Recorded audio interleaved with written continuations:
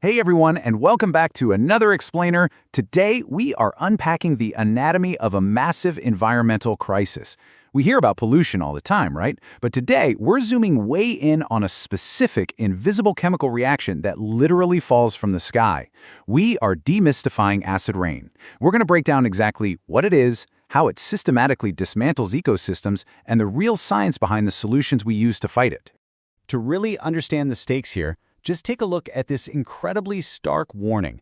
This isn't some abstract concept trapped in a dusty chemistry textbook. It says, acid rain kills rivers. This river is dying.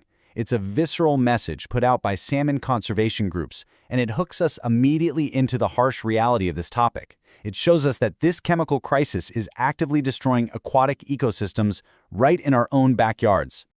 All right, Section 1, the invisible threat, how acid rain forms. Okay, let's dive right into exactly what this is.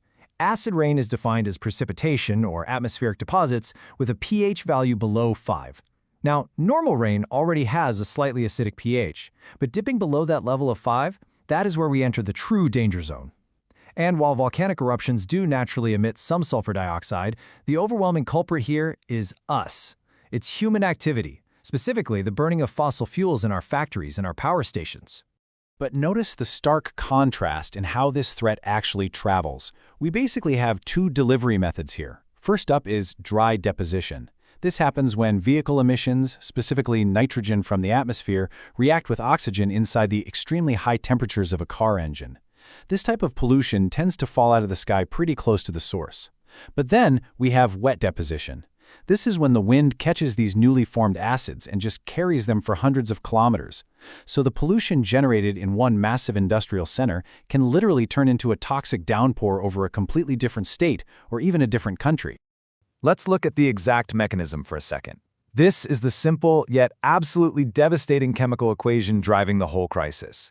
Sulfur dioxide, which gets released from those power stations and factories, drifts up and mixes with the water vapor and oxygen that's already hanging out in our atmosphere. And the result of that reaction? Sulfuric acid. Alongside oxides of nitrogen that form nitric acid, these weak acid solutions just gather in the clouds, waiting to fall back to Earth. Moving on to Section 2, the impacts on our world. So the really crucial takeaway here is the sheer scale of the domino effect acid rain triggers across an entire ecosystem. Just look at this breakdown. It kicks off with the acidification of water bodies, which directly poisons aquatic life and decimates fish populations, exactly like that warning sign showed us earlier. But then the damage spreads to the soil. It leaches out absolutely vital nutrients like calcium, and without those nutrients, crop yields start to decline. Out in our forests, it causes mass tree defoliation. The acidified groundwater actually attacks the roots of the trees, destroying their ability to photosynthesize. It's effectively starving the vegetation. But, it isn't just our ecology that suffers. Notice the melted, distorted features on this historic carving. Acid rain causes severe chemical weathering on limestone and marble buildings and statues. The acid directly reacts with the stone itself. This means our cultural heritage and historical properties are, quite literally, dissolving away in the rain. Hey, do you like this content? Did you learn something new today? Then don't forget to make a donation so we can continue creating more content like this. In the description, you'll find a link to make your donation. Thank you. Which brings us to Section 3, strategies to manage emissions. Environmental management is rarely a simple fix, right? It is a constant balancing act of trade-offs. On one hand, we have some incredible mitigation tech, things like flue gas desulfurization or scrubbers, which spray calcium carbonate into polluted gas to efficiently remove up to 95% of sulfur dioxide emissions. That's huge. And in our cars, catalytic converters speed up chemical reactions to slash harmful nitrogen oxides. But we have to look at the trade-offs. Scrubbers demand massive amounts of energy to run, and the water used in the process has to be treated, which creates brand new water pollution risks if there's a leak. Meanwhile, catalytic converters are pretty expensive to replace, and they actually require extra fuel to stay hot enough to even work, increasing your overall fuel consumption. So the cure definitely comes with some serious side effects. Because those technological fixes come with such high costs, governments also lean heavily on transport policies to just reduce the initial use of fossil fuels across the board. These are everyday structural changes you're probably super familiar with, offering greater financial subsidies to make public transport a more viable option, designing city infrastructure that encourages walking and cycling, and pushing hard for a greater adoption of electric vehicles. The logic is simple. If you don't burn fossil fuels in a high-temperature engine to begin with, you prevent those nitrogen oxides from ever starting their journey up into the atmosphere. All right, let's head into Section 4, Simulating Acid Rain Effects. Let's see how scientists actually build our understanding of this crisis with a simple tabletop simulation. This methodology shows exactly how we can test environmental damage safely and accurately. You start by placing some filter paper and exactly 20 seeds into a petri dish. Now, for your control dish, you add 20 cubic centimeters of pure distilled water. For your test dishes, you create synthetic acid rain by mixing distilled water with a very specific measure of sulfuric acid.